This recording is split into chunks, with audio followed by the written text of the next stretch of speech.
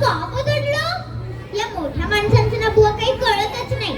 आणि आमच्या आईला तर काय, मला बदलण्यासाठी कोणतंही कारण पुरतं.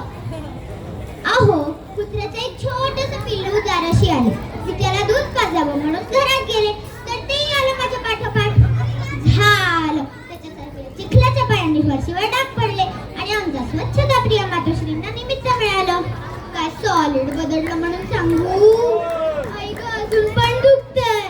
पण मला हे कळत नाही, काल रेखा मावशीच्या बाळानं आमच्या नव्या गाडीवर चक्क शू केली आणि आमची आई म्हणते कशी, असू दे, काही बिघडत नाही.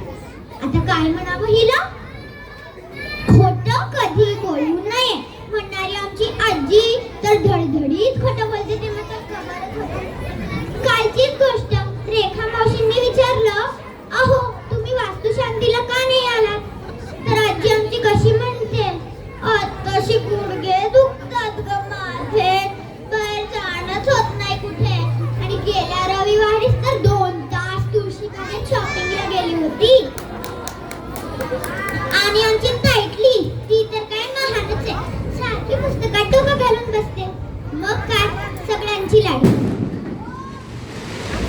काय शेजारच्या प्रियंकानं हाक मारली तर मला कशी सांगते, सांग तिला झोपलीये म्हणून. अहो, चक्क खोटं बोलायला सांगते ती मला. त्या दिवशी बाबा घरीच होते.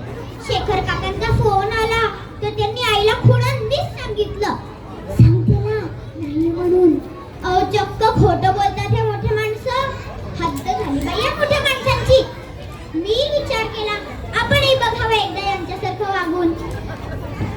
काल आईने मस्त टीव्ही लावून दिला होता. म्हटलं घ्यावे आज अभ्यासाला सुट्टी. आणि जेव्हा बाईंनी विचारलं गृहपाठ झालाय का, तेव्हा ठरवूनच खोटं बोलले. हो हो, झालाय की गृहपाठ. आणि जेव्हा बाईंनी बघितली अशी सणसणीत लावून दिली ना गालावर की बस, अहो 4 बोट उमटली हो गालावर. तेव्हा समजलं खरं आणि खोट्यातलं अंतर. तेव्हा ठरवलं मोठी होईस्तवर अजिबात खोटं बोलायचं नाही. काय म्हणता, खरं की काय? हो हो, अगदी खरं, मला शपथ खरं. धन्यवाद.